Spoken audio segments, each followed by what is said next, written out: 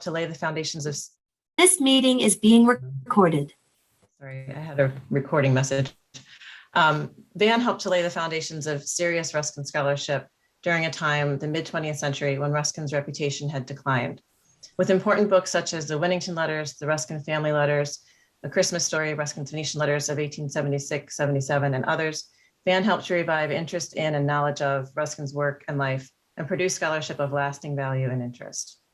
Van was also a generous supporter of colleagues and a great encourager of young scholars. In 2002, when I was in graduate school and starting out in Ruskin studies, I received a letter from Van, who kindly complimented an essay I'd published in the Ruskin Program Bulletin, as it was then called, and said that he'd heard through a mutual friend and fellow Ruskinian that I was planning to write a dissertation on Forest Clividura. Thanks to Tim Hilton and Dinah Birch, he wrote, this work has taken on attention that it lacked before. My own research on Ruskin is pretty much behind me, but it's time to encourage others. Good luck in your project. You can imagine what this letter of encouragement coming from such an eminent Ruskin scholar meant to me and the boost it gave to my confidence. Van didn't have to take the time to write to a grad student he'd never met, but this was his way. He wanted to share his passion for Ruskin's work, and he welcomed others warmly into the Ruskin Studies fold. Over the years, Van and I continued to exchange occasional letters. He was unfailingly kind and supportive.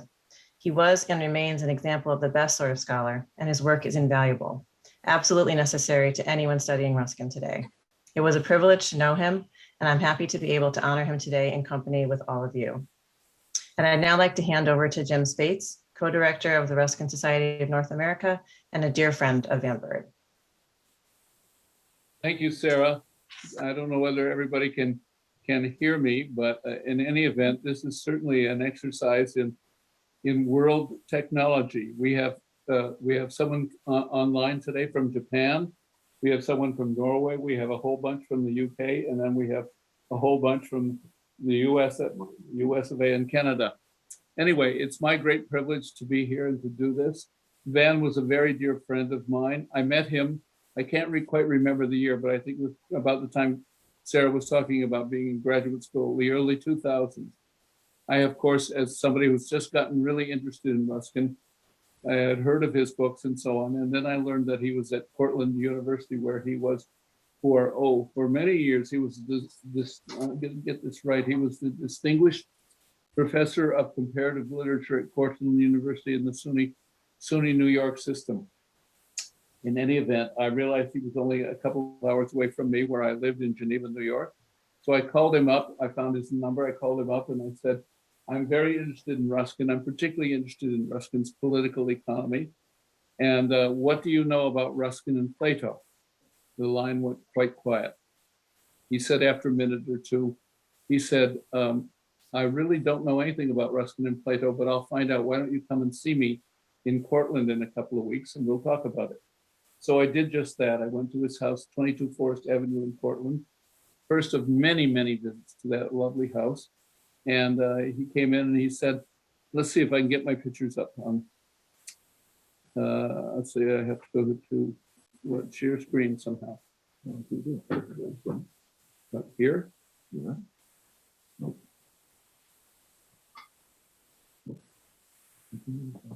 Okay, my friend Jack is helping me. I'm technologically challenged much of the time, but I'm here. Okay, please be aware. All right, now I can just advance. Okay, so I'm trying to advance some slides here that I have to show you.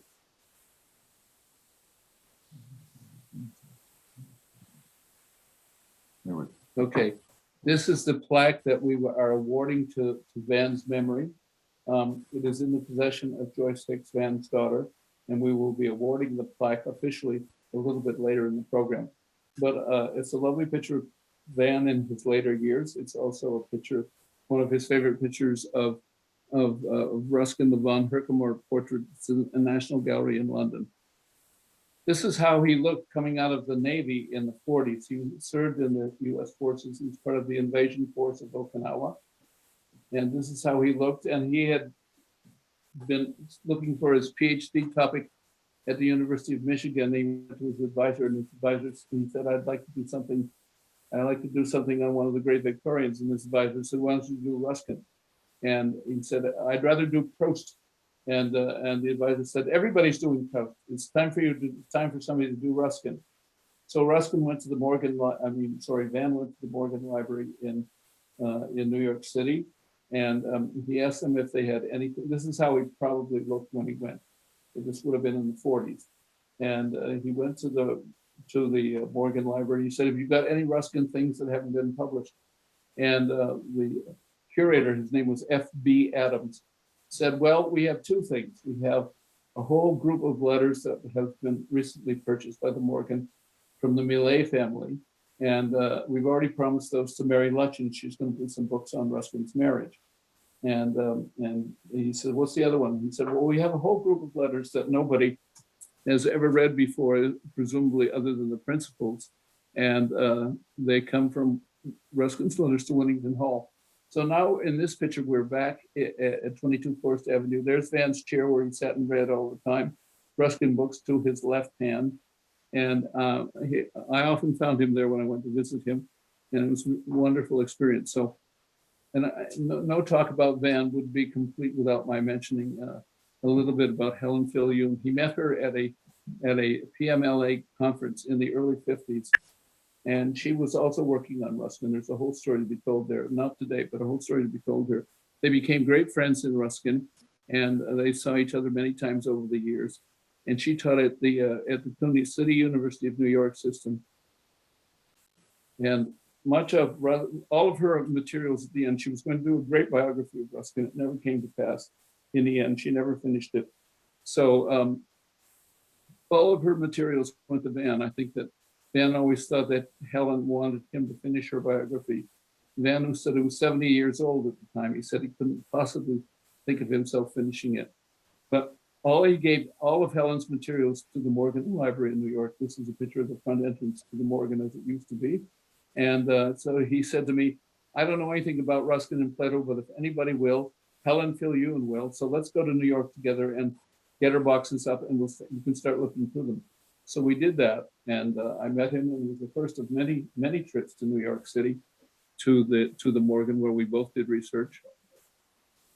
And this is one of my favorite pictures because, of course, Van, in order to do his work on Ruskin, he had to get over to England and read all the letters that were there. Many of them were on the Isle of Wight at the Ruskin Library or Gallery that was run by Jim Dearden. Jim Dearden, of course, as I think all of you know, was our first recipient of the Lifetime Achievement Award last year. And here's Van with Jim. They were very good friends over the years. This was taken at the Ruskin 2000 conference at the Ruskin Library in Lancaster. And they're looking over something, probably a Ruskin letter, trying to figure out something about it. And they were very dear friends. Van, of course, went to Brentwood, had to go to Brentwood. When he got to Brentwood in the 1950s, it was a shell of its former self. Howard and Pamela will show you, or give you some idea of what's happened to it since. It's all been made glorious. This is one of the views from the from the second floor at Brentwood, looking out over Coniston Water. The old men of the mountain shrouded in fog at the top, and a lovely day in the lake. And this is one of my favorites. It was also one of Van's favorites. One of the things he wanted to do was to honor, he loved Ruskin so much, he wanted to honor Ruskin very deeply when he got there and got to Brentwood. And so he took a bath in Ruskin's bathtub. And this is one of his favorite pictures of himself at Brentwood. And here he is doing his scholarly work. I mean, he was a meticulous scholar. I learned so much from him about how to do good scholarship. I can't begin to tell you what a great influence he was on my scholarly life, on my Ruskin life. There's a lovely picture of him in the later years. His first book was The Whittington Letters. It came out in 1969, or I think I've got the year right, maybe 1967. Cornell University Press, he was very proud of it. He had every reason to be proud of it. This summer, I've been rereading The Whittington Letters. I got to tell you, folks, it's a wonderful treatise to Ruskin and his work and his letters, his unpublished letters. It's a wonderful book, and it was so received by the academic press. He had maybe 25 reviews of the book from various journals, and everyone praised the book as a great new beginning for Ruskin studies. And in fact, one of the reasons we are honoring Van today is because he is probably singularly responsible for reinvigorating Ruskin studies. The book was so good. If you read it, and I highly recommend that you get a copy of it and have a read. Not only are the letters, Ruskin's letters, wonderful and enthralling, but just the level of scholarship. Ruskin met all sorts of people over the course of his very famous life. And so the letters make arcane references to all sorts of folks. And Van hunted down who all those folks were, and the footnotes tell you who everybody was. It's a masterpiece of scholarship, as many people thought. So the Winnington letters, 1967, this is, I think I'm a little bit ahead of myself. I probably said enough to give you some introduction to this great scholar, this who's a friend to so many of us. So Sarah, I think I'm going to turn it back to you, and at this point, and I think what we're going to do is we're going to hear from Joyce Hicks, Van's daughter.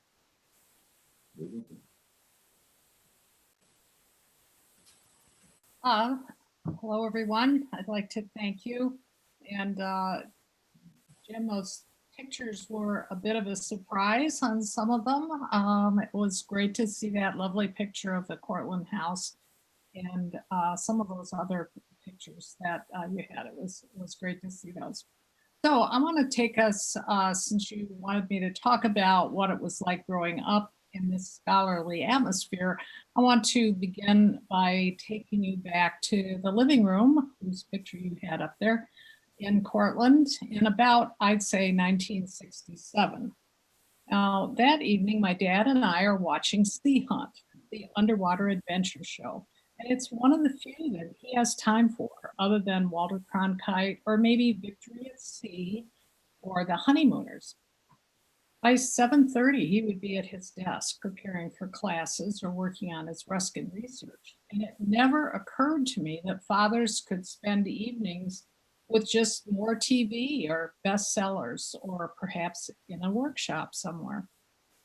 But it was this sort of dedication that my father loved and resulted in his vast knowledge and scholarship that the Ruskin Society, that all of you of North America, that all of you are honoring today. And it's also was this passion that gave my mother and me some very unusual experiences that drew our little family, I think, even closer together. Now, the most significant for me of what we later called Ruskinizing occurred in 1960 on my dad's sabbatical in England. The first step was the Isle of Wight at Bembridge, and James Dearden had arranged for us to rent a stone cottage with a thatched roof that was down the road from the Bembridge School for Boys, so the dad could study the Ruskin manuscripts there. Now, for a peek at the manuscripts or a cricket match, my mother and I were invited to the school grounds, where a 14-year-old girl, and an American one at that, was definitely a curiosity. The Deardens made sure that we had a good time, and they suggested various jaunts around the island on the bus for my mother and me. And as you all know, the Burds and the Deardens became lifelong colleagues and friends.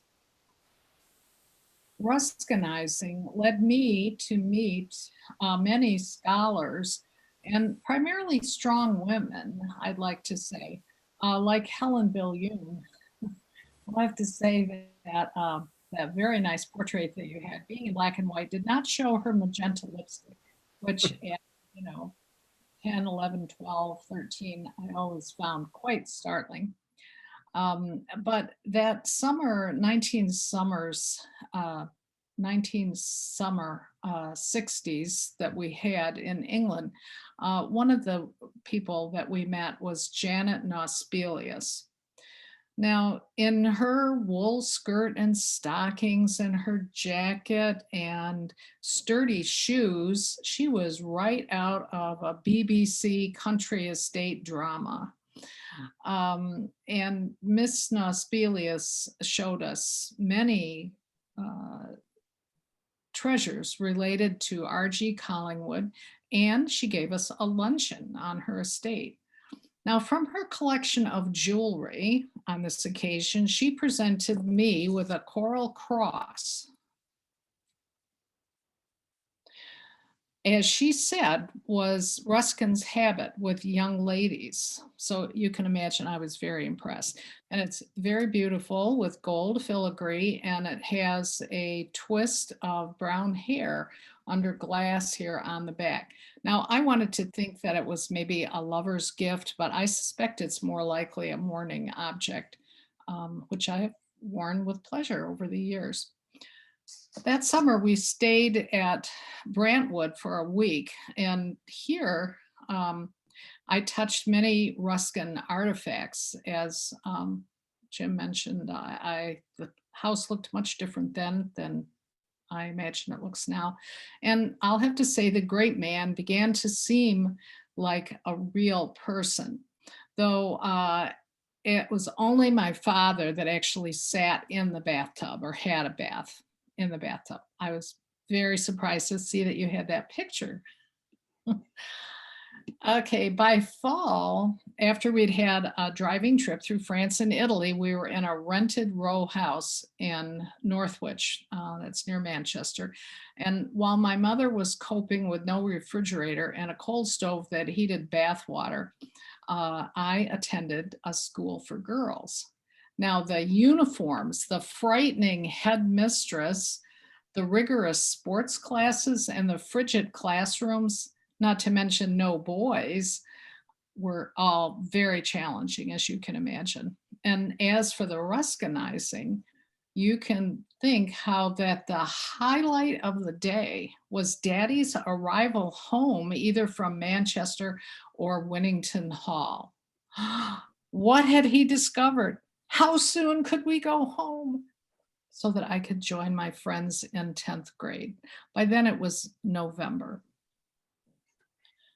Over supper, he would reveal little by little the new revelations about the identity of Miss Bell from the details that would be hidden at census offices or the archives at Winnington Hall and so forth, other places that he discovered.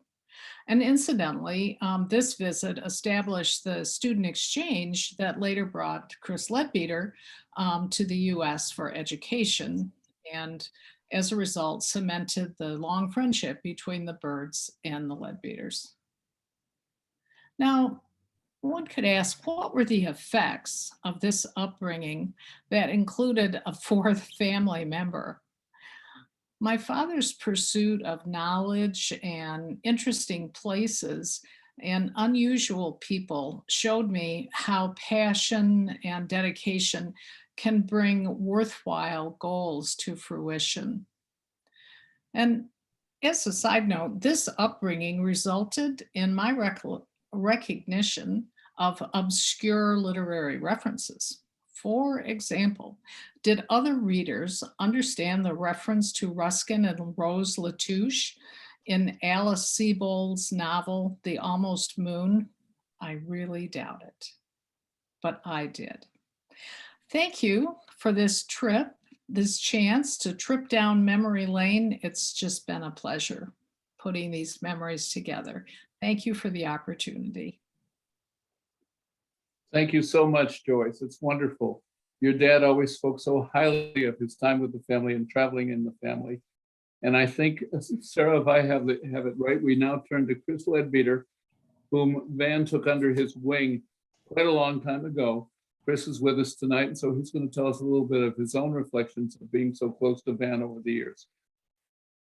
Yes, thank you, Jim. It's been very nice that Joyce mentioned how it came about that Van set up for the scholarship that I ended up taking. I love her recollections of living in cold, unheated Northwich in the late autumn, which would have been grim indeed in those days. But I don't want to talk too much about that. I mean, that was something that happened, and it's led to an association between us that has gone on over now 60 years. what I would like to say, though, is I know we're honouring Van today, but I think a very important part of his life with family was also the help and support he got from his wife Julia, and I think that her contribution to this was immense as well in supporting him and understanding that. And I think you get a little flavour of that from the way Joyce spoke about it. But what I would like to do, I know I haven't got very long, is just to share a couple of rather random anecdotes about our time together.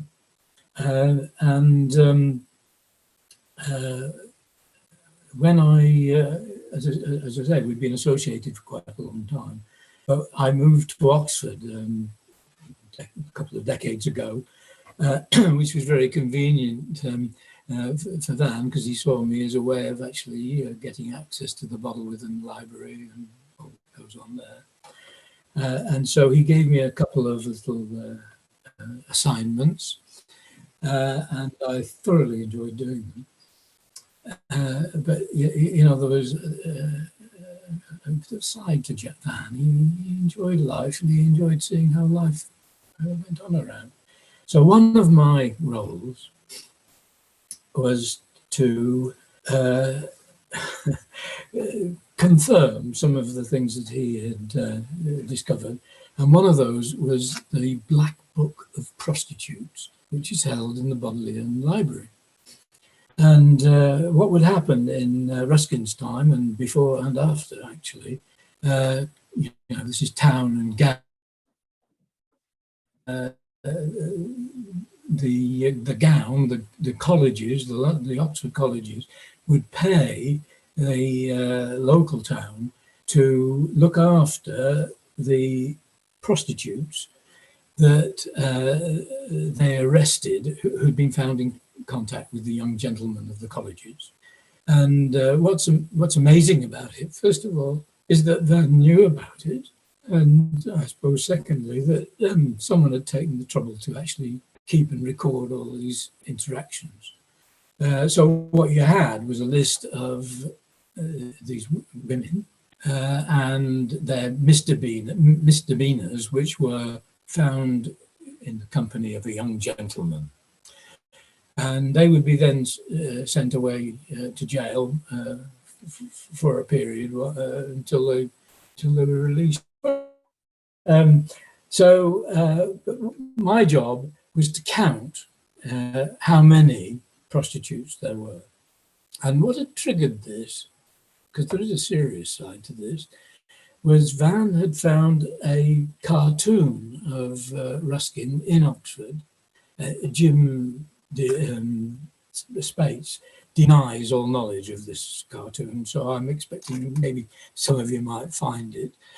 And the cartoon has Ruskin, big beaky nose, let me put it right like this, his feet, prostitutes, gamblers, horse riders, cards, you know, the whole gamut of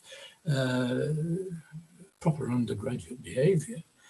And Ruskin completely oblivious to this.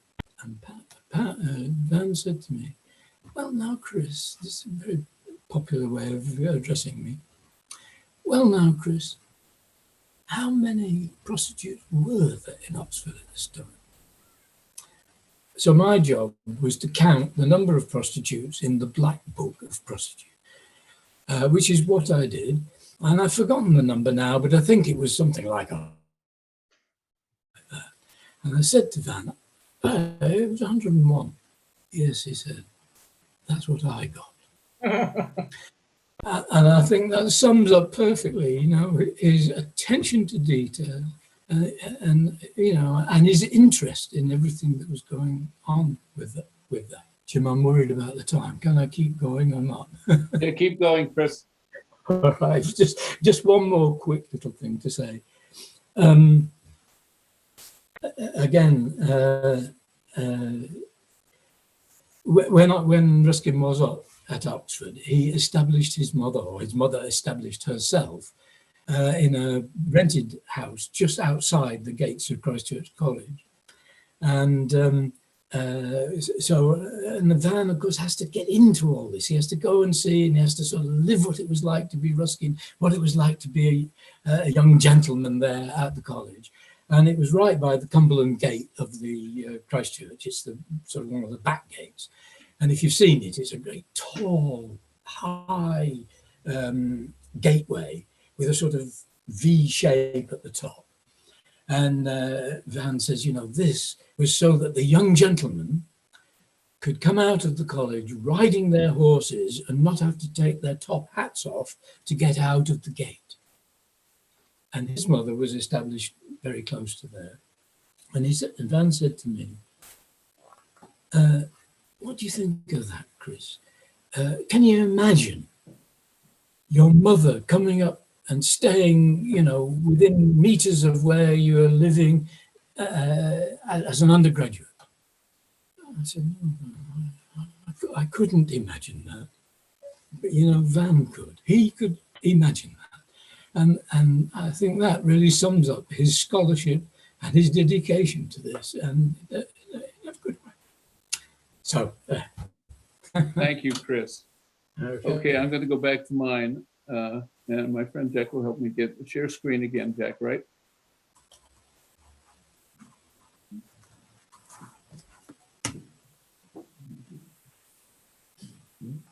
I tried to, but...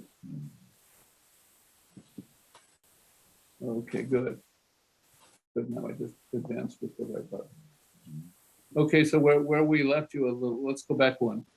The Winnington Letters was the publication that established Van's reputation in the scholarly world. I should add, by the way, I just don't want to forget this, that over the course of his career, Van published no fewer than 50 scholarly articles in academic presses. It's really an amazing achievement, all on Ruskin, of course.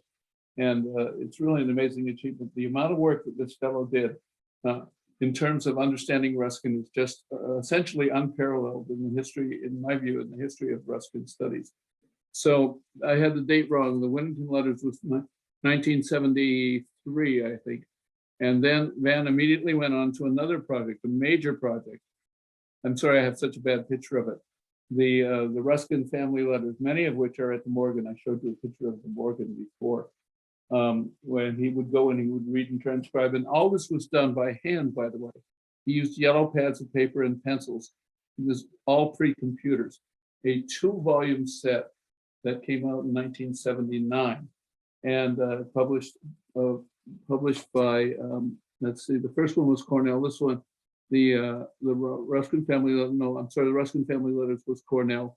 And going back to the Winnington Letters. And so Van was very proud of the fact that very established and highly reputed scholarly presses printed his work. Again, rave reviews of the work that he had done.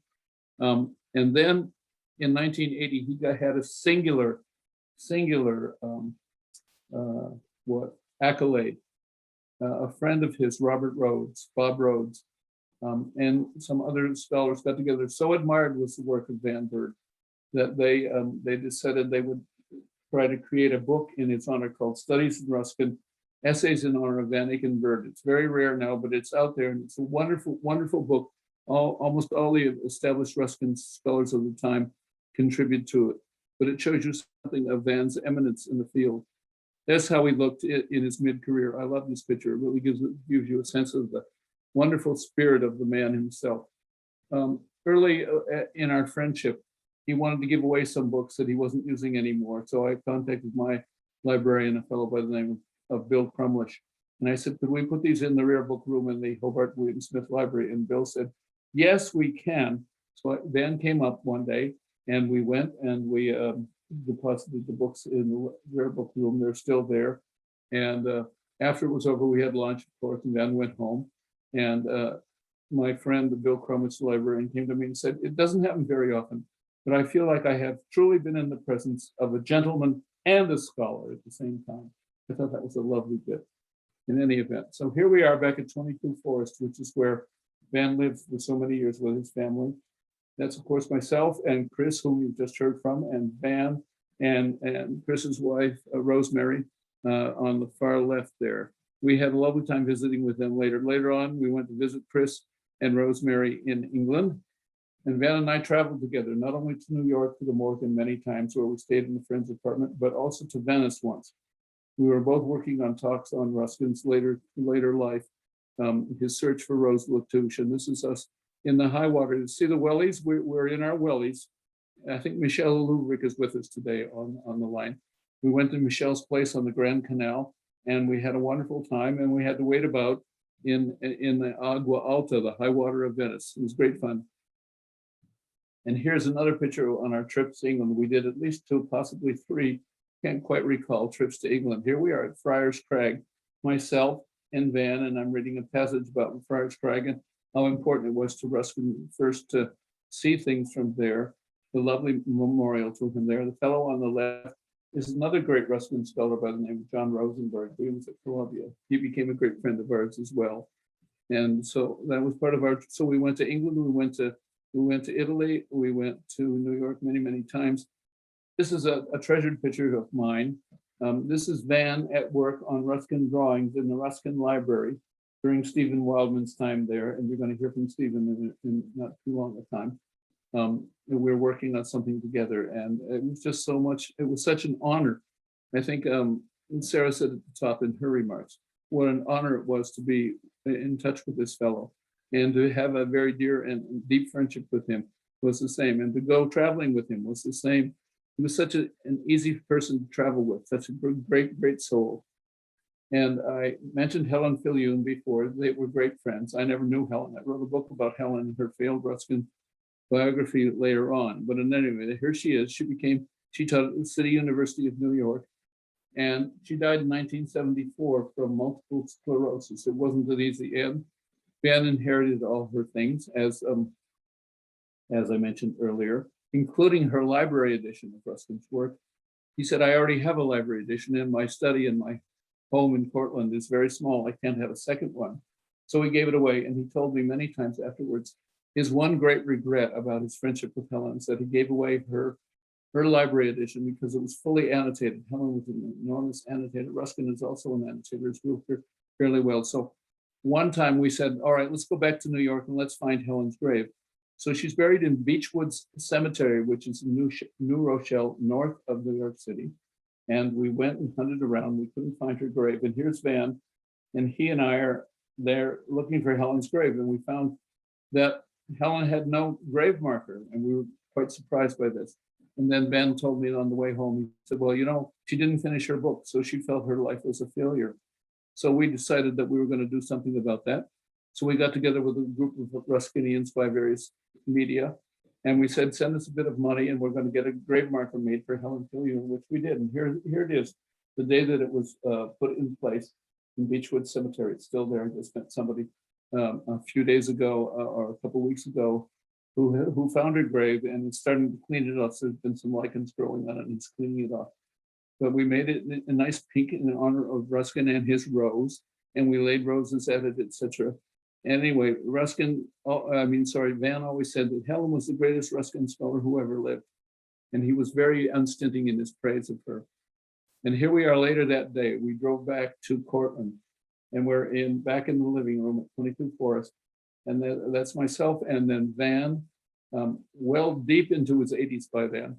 And Shoji Sato, our friend from Japan. I'm glad to see that Shoji is on the line today, all the way from Japan. So that's a new first for us. We have people zooming in from Japan. And we're showing him the pictures that I just showed you one or two of. The next book that Van did was called John Ruskin and Rose Latouche, her unpublished diaries of 1861 and 1867. This was a legacy of Helen's. Helen had all this material. She never shared it with anybody. She meant to publish it, of course. And it's one of the major revelations of her biography of Ruskin that finally never came to be. So Ruskin, so Van took over the project and did it. It's a wonderful book. It's still the best book on Ruskin and Rose that's out there, and I highly recommend it. I recommend all of Van's books to you very highly, without reservation. They're just masterpieces of scholarship. And then here comes the last major book. It's 1979 now. And Ruskin, another legacy from Helen, were letters that Ruskin had sent, long letters that Ruskin had sent from Venice in the winter of 1876, 1877, back to Joan Severn, his cousin at Brentwood. Joan took care of Ruskin for essentially the last 30 years of his life. And Helen had found these letters. I don't quite remember where she found them. And but in any event, here's Carpaccio's famous painting of Saint Ursula being visited by one of the saints in Venice. And he wrote this book, Christmas Story, interpreting it. It's a small piece of scholarship, but also a major piece of Van Bird's scholarship. And then he kept writing all of these essays for the academic press, as I mentioned before. So we're now about the turn of the century. And this is, again, one of my favorite pictures of Van. A few years before he died, he was beginning to be touted everywhere for the great scholar that he was. And I love that picture of him. And let's see if I can, here we are. And the city of Cortland finally recognized that they had one of the great living scholars of academia in their midst. And so when Van turned 100, there was a special ceremony held for him, a special honorary ceremony held for him in Cortland. The mayor was there, and all the dignitaries of the town were there. There's Joyce to Van's left, and on the screen a bit to the right, and one of his great-grandchildren, and they're reading the tribute to Van. It was a very lovely occasion, just wonderful.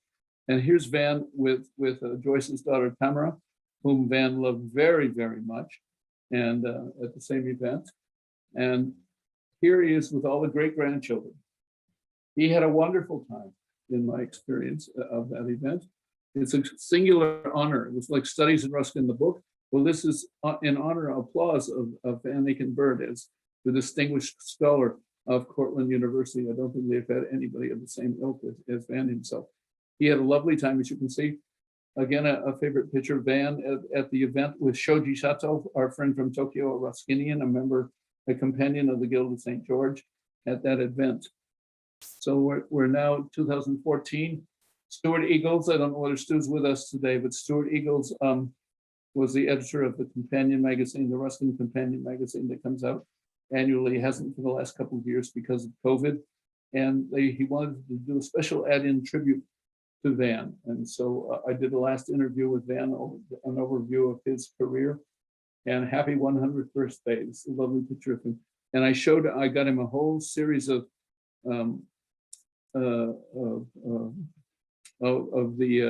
tribute magazines. I brought them to his house in Cortland one day. I used to see him like every 2 or 3 weeks. And I showed him to him. He said, after he looked at it, he said, "This is all very nice, Jim, but it feels like an obituary to me."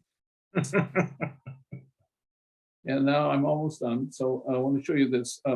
So Shoji Sato put a special tree in Brentwood for Van. And we also had put in a cherry tree blossom with wonderful, this is the cherry tree in blossoming in spring at Brentwood, looking out over Coniston Water and the old man in the background. It's just remarkably beautiful as a tribute to him, and it will be there for long, long times into the future. A great scholar, a great friend, a great dad, Van Akin Burd, 1914 to 2015. This day is for you and in honor of you, my friend. Anyway, well, lovely. So here's the plaque, and we'll go back. Well, I think it's time for me to stop. Let's go back to some more reflections. These now from Pamela Hull, who was a dear friend of Van's. Pamela?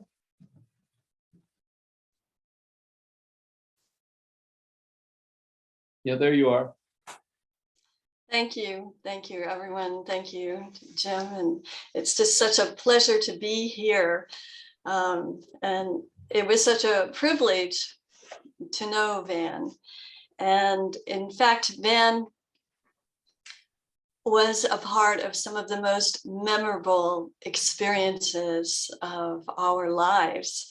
And I thought that probably the best way that I could put that across to you would be to show you some photographs of some of those times together.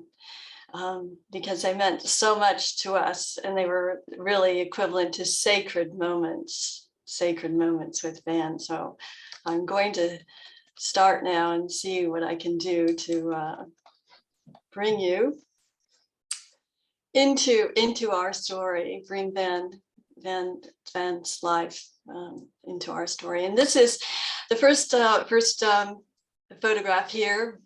Van is with us. He's on Jim's porch. Pamela, I'm not seeing the pictures. I don't know whether others are. Oh, are you seeing these? I see you, but I don't see the pictures. Oh, sorry. I know what I've done. Don't worry. I know exactly what I've done. I forgot to share the screen. I have a feeling. There we go. Excuse me. Getting overly excited here. There we go. You got Good. it now. Oh, sorry, wrong one. There we go. So there we go. Jim's porch, Geneva, New York, with Van. 21st of September, 2004. Howard had been asked to do a lecture, the Leo Sroll lecture, at Jim's invitation. It was an incredible moment, and there is Jim and Van and Dyke, Benjamin, and Howard all on the porch, and that is just a beautiful story that begins to tell you about how special that moment was. And of course, I loved the fact that Van showed up in his shorts. I just thought that was brilliant. Very, very wonderful to see him there. And we're going to travel from there to the lodge where Howard and I were living at the time at Brentwood on the 22nd of October, 2004. This is in advance of a talk that Van was going to be delivering for the Friends. 90 years old, crossing the pond, no jet lag, in perfect form. But he comes there, and I have invited some wonderful friends of Ruskin's Brentwood that you will recognize as also precious souls who were vital and worked so hard within the organization for so many years. And this is Margaret Dawson with Jim. And this is Joan Taylor. Oh, I'm sorry, I'm going to get my cursor out of the road for you. And John Dawson. John Dawson, who was the first head teacher of the John Ruskin School, who gave the great talk in the year 2000 about Ruskin being like a Jeremiah in his own time. It was fabulous. There is Van. And he's next to Howard, next to Tracy, sharing in this beautiful evening together. We loved to entertain in the lodge. It was really a perfect place for entertaining. And Howard had painted the floor 3 shades of blue. So, you know, I wanted a swimming pool. So this was our way of putting a swimming pool into the lodge. But it was a really treasured moment. And there's Jim, and there's Van together, and there's Joan, and there's John. And there's Van, Tracy, and John. And John, I might say, had just come out of hospital. He had been ill for a very long time, several months. And this was, in fact, his first outing. And he was as if he'd never been sick. It was really wonderful to have him there. That's a really poor picture. Unfortunately, Howard took that and it didn't come out so well, but that was all of us. And we still haven't got our food on the table. You're going to think that all we ever did was drink, but we did. I think I had salmon. I had this massive fish that was just about to come out of the oven there. So here is then, of course, the main event, the reason why Van was here with us. And it was his talk, Ruskin in Venice, Christmas, 1878. That is a map of Ruskin's walk on that great momentous occasion of his revelation. And there is Van in full flight in front of the friends, holding them all spellbound. An absolutely brilliant moment. You would never know, how could he possibly be 90 years old and having crossed the ocean, just days before, and be delivering this talk in fine form. So I'd like to now travel to Michigan. This is 4 years later. Now, Howard and I have gone to Michigan every year because my parents have a place in Upper Michigan. And so we visited Van at his summer cottage. Now, this is a family home. Joyce will know all about this. And she's here, actually. I've got photographs of her. But here we are in front of this absolutely beautiful, authentic cottage that simply, the likes of which it just simply doesn't exist in America anymore.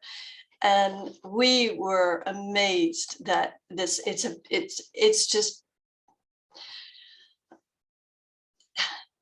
is a perfect place for a scholar to get away from the world. And this had been their family home for years, this family holiday home. And this is with his granddaughter, which I think we just saw her photograph that Jim showed us when Van got his award on his 100th birthday in Cortland, New York. Howard's telling a story. This is great. The Byrds, 2408 Main Avenue. It doesn't look like any main avenue I've ever seen in my life, and it is just a treasure. There's Joyce, Van, and Howard.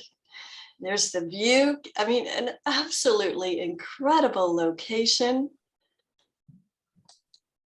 There they all are out there. I mean, glorious trees.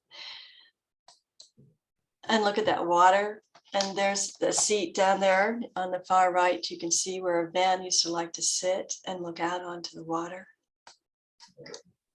His granddaughter again, and Joyce. Van and I. And here is the diner. Now, the diner was a really important part. And this too, how does this exist in America? If you would see the way it is in further north, you would be amazed that anything like this could exist in a very popular part, probably the most popular part of America in terms of, people coming for summer holidays. And so here's Van, he's in a diner. You'll see the front door right there clearly, but actually we use the back entrance that all the locals go to. And on the right side, as you're walking through that door, there hangs all of the coffee cups of the locals. And of course, I didn't get a picture of this sacred moment, but I was just so taken by the fact that this is Van's spot. He's a regular here. This is his diner, and it's just brilliant. And there Howard is handing Van How to See, which had just been published with Kevin Jackson and Hunt Emerson, the comic book. And it's got a little viewer as well for Van to look out of. And there's another picture of Van. Now, we were blessed to receive, when Van died, the gift of Van's library.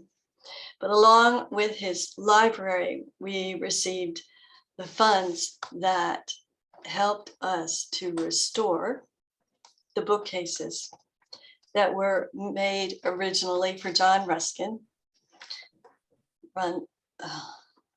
Ruskin's father, John James.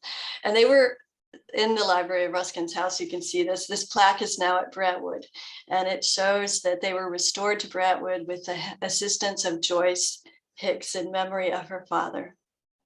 Ruskin scholar Van Akin Burd. And we don't actually have plaques on any of our objects in Brentwood. We actually have a strict practice of normally having a commemoration book for gifts, but this is too important not to actually recognize. And so this we actually have as a plaque that is for our visitors to see in the house. And now you get to see, these are the glorious objects which were restored to their rightful home. So these are the magnificent bookcases that now reside in Ruskin's drawing room at Brentwood, filled with the collection of Van's books. And finally, like Jim, I'm ending with this glorious tree, which is a memorial to Van from Shoji. To be honest, Sally Beamish, who was our head gardener at the time, said, it'll never grow, it'll never last, it won't thrive, don't waste your time, don't waste your money. Shoji had none of it. He refused to, listen to her and look at it thrive. And so Jim shows the photograph of it blossoming actually in April for Van's birthday. And here is a photograph today for his commemoration. So, thank you. Thank you, Pamela. Lovely, lovely memory.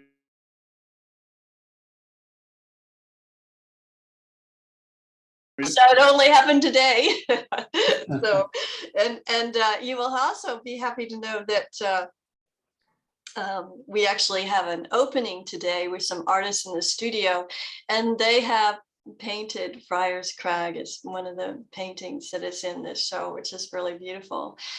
And also Ruskin's bath, which used to be here in the main house.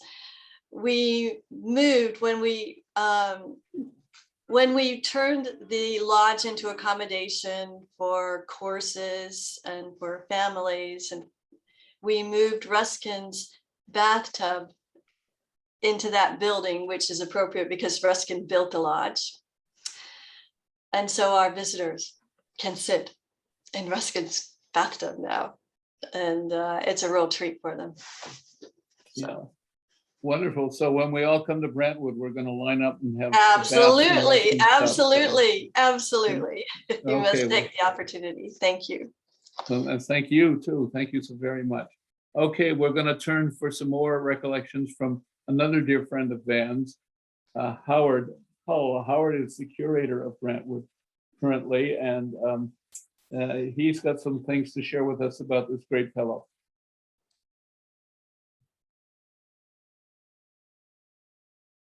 Howard, we can't hear you. You have to unmute.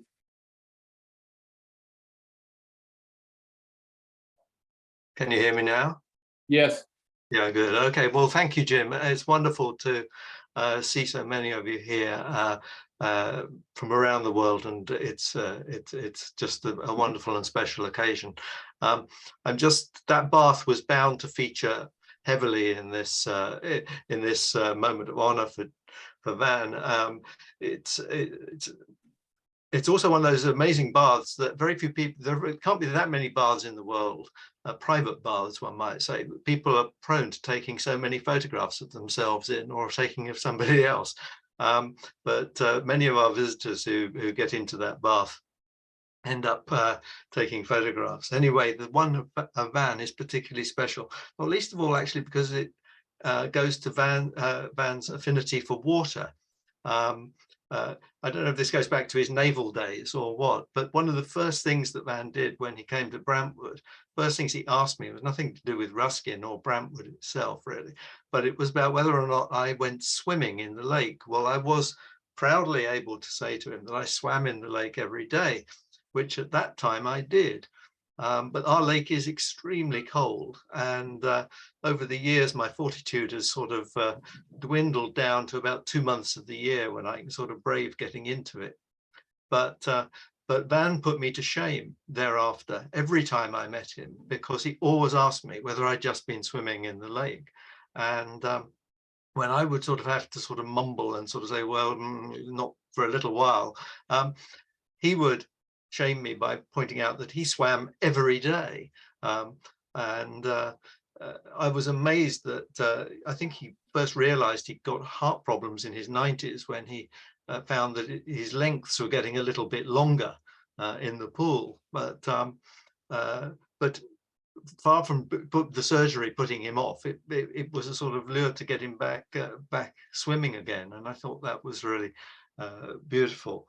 But Van was both a scholar and a gentleman, a scholar, a gentleman, and a friend, because he had such a warm heart and such a generous spirit. I admired his scholarship hugely, and I've rested and relied upon it greatly in looking after Brentwood and understanding Ruskin and Brentwood.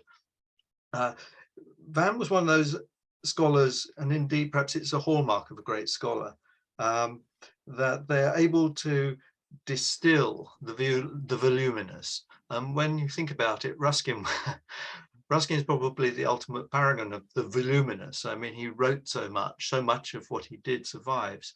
And you need an unerring instinct, which Van had, to be able to, as it were, home in on the essential and the luminous and the special. He not only could do that, but when he got to it, he was always a model of absolute clarity. As we've heard from Chris, he double-checked his figures whether or not it was sending Chris out to find out how many prostitutes there were in Oxford, or whatever. But he was always meticulous and precise.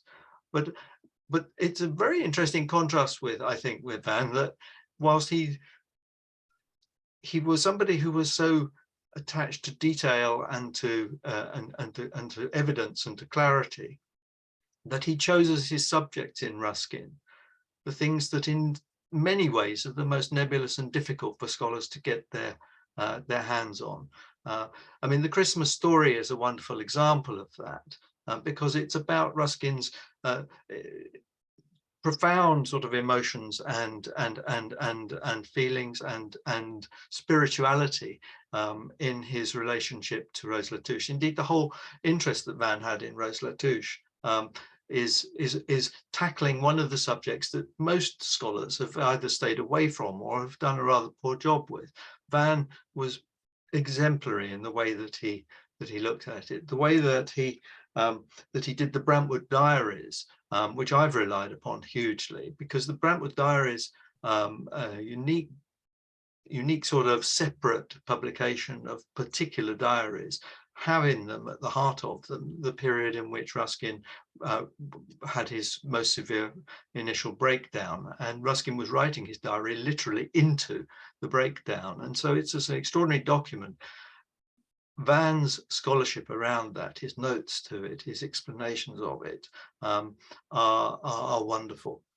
So that is a huge part of my admiration for Van.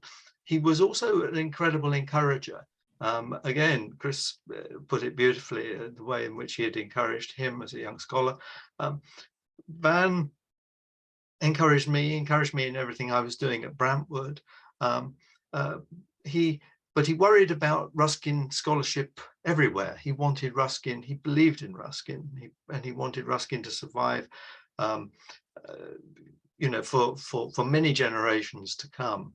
And he knew that the key to that was to be this continuation, the continuity of scholarship and interest that would come from young scholars. And that was something I thought that Van put a great store by, and in particular, actually, the development of American scholarship in Ruskin.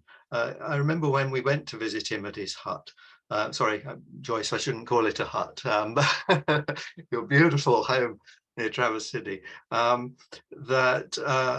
He sort of almost took me aside and said, you know, what can we do about honoring Ruskin more profoundly in America? And of course, he was already doing a huge amount, and not least of all what he did to encourage Jim Spates, because that is a wonderful story that has yet to be properly told, Jim, but it should be in due course.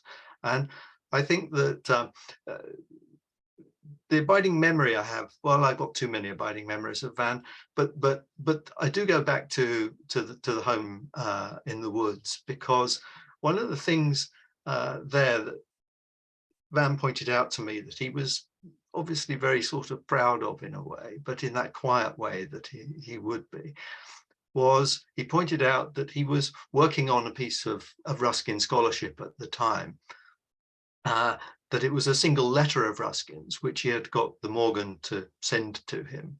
And he had this one letter on Ruskin's small stationery. So you can imagine the size of it. It's just a little thing, size of a postcard. And he had Helen Bilhune's typewriter. A wonderful piece of continuity when you think that Helen was born actually while Ruskin was still alive, that Van had this typewriter. And he sat at what was actually a wooden packing case with this typewriter on top of it, and this letter perched up sort of against the wall. And he was writing an article for it in his 90s. And I just thought that that was the most wonderful thing. But what was, in a sense, is the thing I loved about it, which was something that was very much his character, and that was his humility, the humility of it, the simpleness of that wonderful focus of scholarship was also somehow graceful and lovely, and I thought that it sort of spoke volumes. Anyway, thank you for giving me the opportunity to talk about it. Thank you, Howard. Wonderful. We're getting a great spectrum of opinions. By the way, I should note that one of the treasures that I inherited from Van was Helen's typewriter. He gave it to me. He gave it to me fairly near the end, and he said, "You'll take care of this." So I have that typewriter. Howard, next time you and Pamela are in Geneva, we'll type out a few letters. Anyway, that's a lovely story. We now turn to Stephen Wildman. Stephen is the former curator of the Ruskin Library in Lancaster. He was the first, I believe he was the first curator of the Ruskin Library in Lancaster, and did a stellar job. I remember Van saying about Stephen a couple of times, because we would visit Stephen whenever we went to England. He said, "This man is taking care of these things properly." Not too many people really know how to take care of these kind of valuable historical literary materials well, but this man is doing it. So Stephen, you knew Van, and you've heard a number of us talk about him and how much he meant to us. Now you have a few minutes to tell us whatever you would like about your memories of Van. Thank you, Jim. Hello, everyone. Since you and Howard and others have spoken about Van's writings, I don't need to cover that again. So I'm going to keep this personal, if that's all right. I was looking at some of my books and found that the earliest Ruskin book I know that I acquired was Set of Modern Painters when I was a student in 1971. So I have a 50-year association now. I don't remember coming across Van's work at Cambridge, or indeed when I went to Birmingham as a curator. The main thing there was that the Museum and Art Gallery had a set of the library edition, which was the first time I'd really taken note of it. Most of it was uncut, of course, as I don't think many people had read it. So it was a great pleasure. It's always a great pleasure to cut uncut pages. It's one of the great joys in life. And then, of course, when I went to Lancaster in 1996 with the new Ruskin Library and its contents, I started to realize so much more about Ruskin and the people who had studied him, including Van. And fairly early on, I started a bibliography, a big Ruskin bibliography, which I thought was needed because there wasn't really one easily available.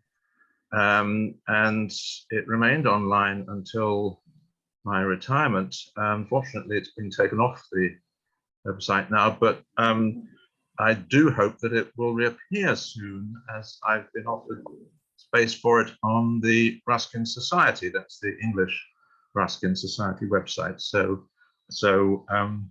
watch out for that.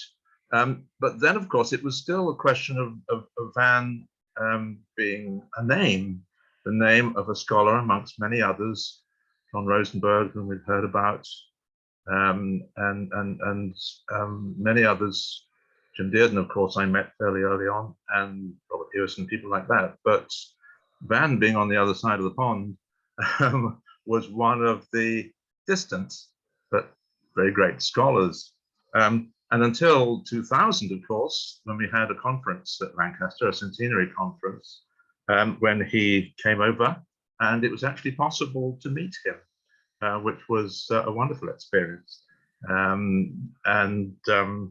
Jim, of course, was there, Rosenberg, and all most of the others. So that was the first time I got to meet Van. And he came again the following year to deliver the first nominated Ruskin Mikimoto lecture, which had been kindly funded by the Mikimoto family of Tokyo. And looking back, at which I was privileged to give the vote of thanks, and looking back at my diaries, I think, Jim, that there were 3 other visits after that, 2002, 2004, and 2006. So he must have come, I think, 5 times in my time. And Howard and Pamela can probably confirm that. And it was wonderful to see him. By then, of course, he was well into his 90s. And the following year, 2007, I had to go to America. I went up to New York State to Buffalo en route to Rochester because I wanted to see the Eastman House and its collection of daguerreotypes, as that was shortly after the daguerreotypes had been rediscovered. And from there, I went and paid a visit to Van in Cortland, my only visit. I don't know if Joyce will remember that. I had my car, of course, to get there, and got there before lunch. But then Van, I think, to give me the full experience of Van in Cortland, he insisted on driving both of us down to the diner, which we've already seen in Pamela's wonderful photograph, leaving my car at the house. I think that was probably it's probably the second scariest drive I've ever had. Van was, 93 at the time. As you know, not a tall man. And I think he could just about see over the steering wheel. It was quite a white knuckle ride there and back, but a great experience. The scariest of all was with a Cambridge historian called Hugh Plummer, who was an extraordinary man, classicist. He had a habit while I was driving of, whenever he saw an interesting building, turning round to look at it while still driving. Very few people ever drove with a Hugh Plummer twice. But even so, I'm glad to have had that experience. And we kept in touch on and off. I used to send him interesting things, discoveries. You may find 1 or 2 of my letters amongst the archive. And it was not long after that at a Ruskin seminar, which I was then organizing at Lancaster, one of our speakers pulled out at the last minute, but instead of cancelling it, I decided we'd read Van's article on William Buckland, which had come out not long before. It was quite a long article, so it was fine for the first half of a seminar. Unfortunately, I hadn't failed to read it fully to begin with, and it came as rather a surprise to me that it actually contains a very rude 4-letter word. Van, not of Van's writing, of course, but Van quoting somebody else. And I think that sort of sums up Van's spirit of mischief, which I think we all knew lay not far underneath the surface.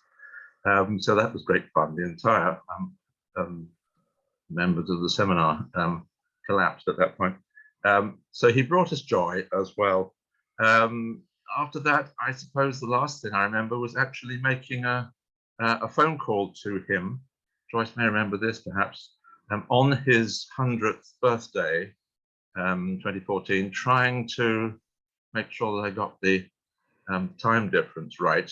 He did come to the phone. I think he could hear me just about, because as you know, he was nearly deaf. But I think he knew that it was somebody from Lancaster. He may not have known it was me. But having spoken to him on his centenary was great. It was great for me. I don't know what it meant to him, if anything. And that I think was our last encounter. So we'll actually I can just quote Jim Dearden, perhaps, who wrote a memoir for the Ruskin Review and Bulletin in 2016 after Van's death. And he says at the end, Van's editorial work was impeccable, and he set standards in Ruskin scholarship which most of us try to live up to. I can't say more than that. He was one of the greats: Collingwood, Cook and Wedderburn, Billion, and Burd. So what more can one say? Thank you. Thank you, Stephen. Lovely recollections. I was thinking as you were talking that we should get everybody who's had all these different recollections and pictures tonight to collect them and send them to me or send them to Sarah, and we'll preserve them in some way. And we'll get them back to Howard and Pamela at Brentwood so they can put them in the Van Akin Burd Library. They should be there. It should be a copy of this event itself. Thank you very much. We're now coming close to the end of our event, our tribute to Van, and now is I think the moment to present the actual award to Van, or actually to Van's memory. And Joyce, of course, has the plaque. Could we go back to the plaque, and could I share that image with you as well? Joyce, are you there? Yeah, there it is. There's the plaque. You have to unmute, Joyce. Oh. There we go. Yes, and the flag in the background was the one presented by the Navy at my dad's funeral, or burial, I should say. So he would be thrilled with the plaque. Beautifully laid out.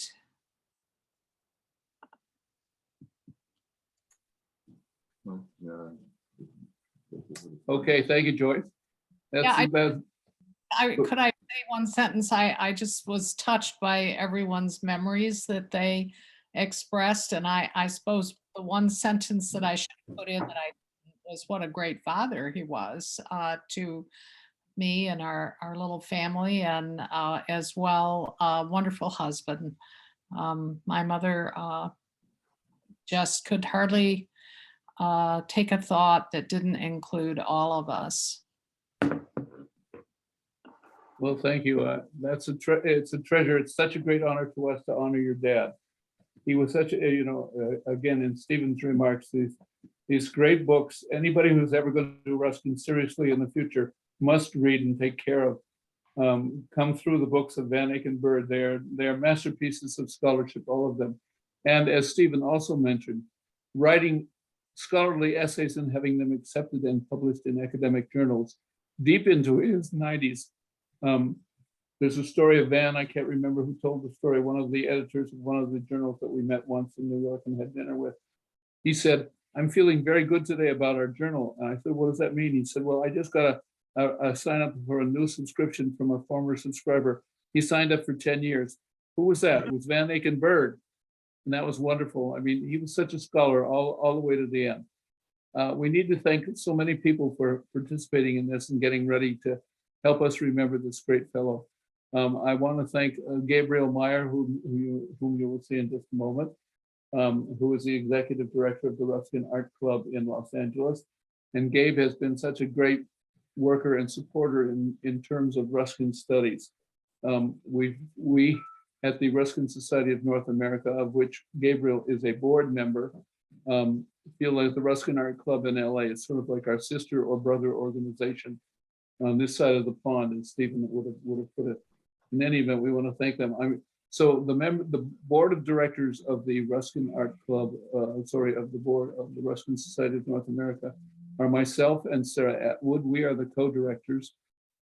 Gabriel Meyer, whom you will hear in just a moment, and Gagne of Toronto, who couldn't be with us today, and Kateri Ewing of East Aurora, New York, the Roycroft community. She is in Ireland with her family right now, so I don't think she's been able to sign on.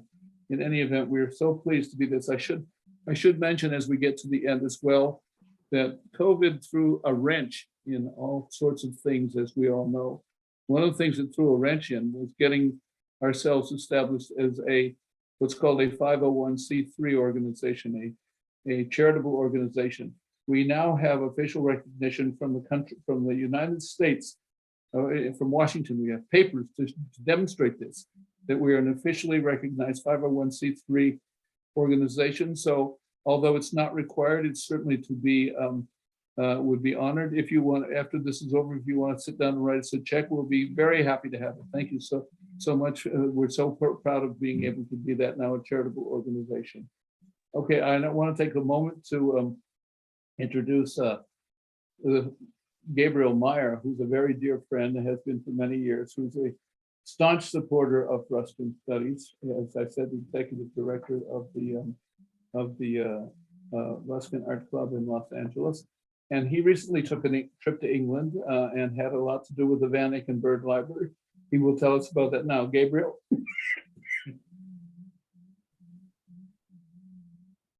Yes, yeah, thank you, Jim. My apologies for my neighbor's buzzsaw, which apparently is decided to do some tree trimming next door.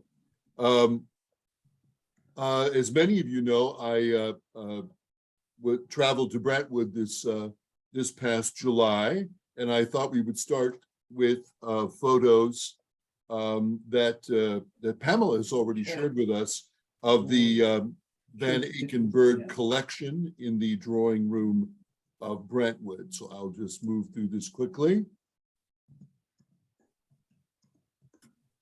Of course, these in John James Ruskin's restored bookshelves. But I have a story to tell in which actually many of you figure. This is the story of a find that we knew to be a significant one at the time of its discovery, only to realize later that we didn't quite literally know the half of it. It starts with Jim Spates and with Stomping Grounds in Geneva, New York, a shop specializing in regional memorabilia, picture framing, and antiquarian books. This was at the end of last year. Jim gets a call from Beth Haswell, the proprietor, letting him know that a local estate sale has yielded a pair of books with what appears to have John Ruskin's bookplate, a 2-volume set, a biography of Thomas Carlyle by J.A. Froude, first edition, 1882, and full of annotations. When Jim perused them the next day, he realized what a treasure he had found. The books were indeed from Ruskin's Brentwood Library, and the abundant marginalia, the abundant annotations were unmistakably in Ruskin's hand. When the proprietor suggested a price that, while reasonable, was a bit beyond a retired professor's salary, Jim called me, and we were finally able to enlist the help of Stuart and Beverly Denenberg, board members of the Ruskin Art Club in Los Angeles, to purchase them. We then offered the volumes to the Ruskin at Lancaster University, which happily agreed to purchase and take charge of them. And that seemed the end of the story. I'm going to show you a little bit of the 2 volumes, the spines, and the all-important bookplate, which, as you all know, James Dearden wrote a definitive study. a page with some of the marginalia. This is the one I call the exclamation mark page. It's just loaded with double and triple exclamation marks. Okay, so this seemed to be the end of the story. I brought the volumes with me last summer to Brentwood to return to the library, to the shelves from which they had come. Stephen Wildman will remember the moment when we discovered that there was more to the story. We were having dinner at Coniston, and I was eager to show the volumes to Stephen. But when we examined them, he seemed a bit bewildered and informed me that Lancaster University already had 2 volumes of Froude's Carlyle biography, same edition, with Ruskin's annotations. So we puzzled over this a bit. Did Ruskin, was it possible that Ruskin owned 2 sets and annotated both of them? Then we realized the set I had brought with me, the 2 volumes, covered Carlyle's life from 1795 to 1835. Froude, in fact, had published 4 volumes on the life of Carlyle. The first 2 volumes were Thomas Carlyle, A History of the First 40 Years of His Life, 1795 to 1835, and then a further 2 volumes, Thomas Carlyle, A History of His Life in London, 1834 to 1881. So what seemed sensible to conclude was that the university had copies of the later volumes, volumes 3 and 4, and what we had unwittingly brought together was all 4 volumes, ours being volumes 1 and 2, and the Lancaster University's volumes 3 and 4, all with Ruskin's annotations. So a more remarkable reunion than we knew, not only bringing these volumes back to the original library, but reconnecting the entire original set with its remarkable reflections from Ruskin himself on Carlyle. So I'm going to show you, this is Howard and myself in the study, looking at the volumes. This is Howard at the great moment opening the John James Ruskin bookcase, placing the volumes back on the shelves, and there they are. A remarkable reunion indeed.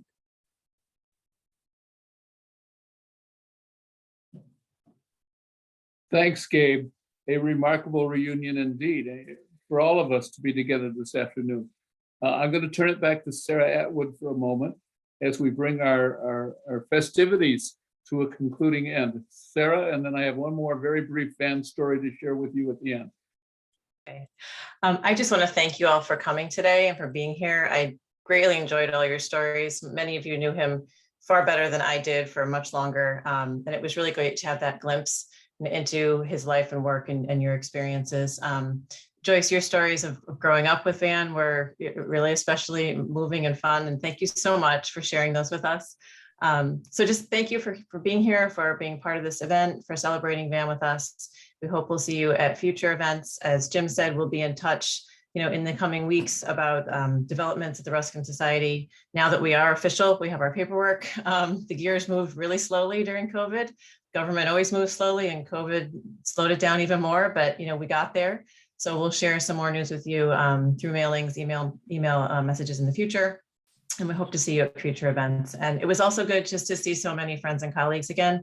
I haven't been back to England since 2019, COVID intervened. So I'm hoping to get back soon, but it's great to be able to be in community, even virtually. So it was great to see faces. Thank you very much. Thank you, Sarah. So I do have one more brief memory I want to share with you. As I mentioned earlier, Van and I were very dear friends, and we became more and more dear friends as the years went on. We understood each other. We both loved Ruskin. And as I think I mentioned in my earlier comment, I I would visit him at Cortland, in his home in Portland, every 2 or 3 weeks throughout the year while he was still with us. And the story I wanted to show you is that I would come and always during those visits, we would take a drive. I would drive, Stephen. I would drive, and we would go to a local diner and we'd have a lovely lunch and then come back. In the last couple of years, he was too frail to even drive to the diner. So we would have a lunch at his house together. And we would visit, we would share Ruskin stories, we would share the letters that we had received of late about what was going on in the Ruskin world. It was all wonderful. And then I would leave and drive home to Geneva. And as I remember this very well, it's one of my great memories of our friendship with Van, my friendship with Van. As I was leaving, on more than one occasion, he would be sitting on his couch in the living room and he'd call to me as I'd leave and he'd say, Jim, and I'd say, yes. And he'd look at me and he'd smile, that wonderful smile of his, and he'd say, all for Ruskin, Jim, all for Ruskin. And that was the man, and that was his life. That was his life of Ruskin. He was one of our great scholars and will be remembered throughout the coming years, decades, I hope even longer than that, as the person who saved Ruskin studies. When he, before the Winnington letters appeared, the Ruskin flame was at very low ebb. After that, he began to light the flame, and we have now a new generation of scholars, people deeply interested in Ruskin. Thank you all for the Ruskin Society of North America, for our sister organization, the Ruskin Art Club. I want to thank my friend Jack Harris, who's been with me throughout this whole presentation. He's a very dear friend here in Geneva, and he has been my tech maven throughout this when we needed help, etc. Thank you to all. We hope to see you again very, very soon.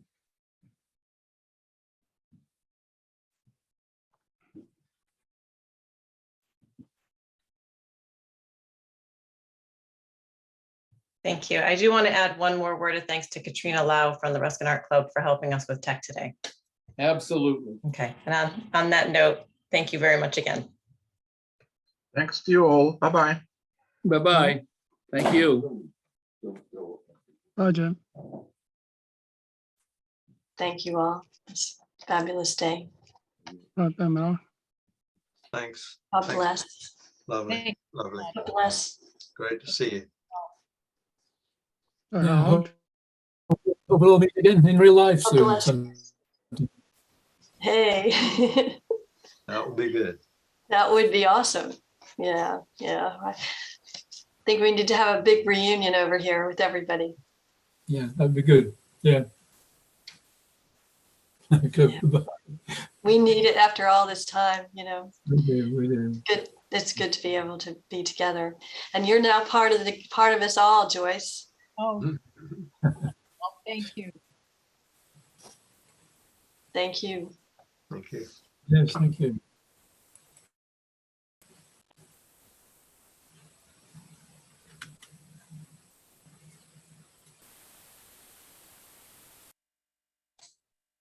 Hey, everyone. Bye-bye. God bless. Bye-bye. Try to Bye. Good night. get my thing.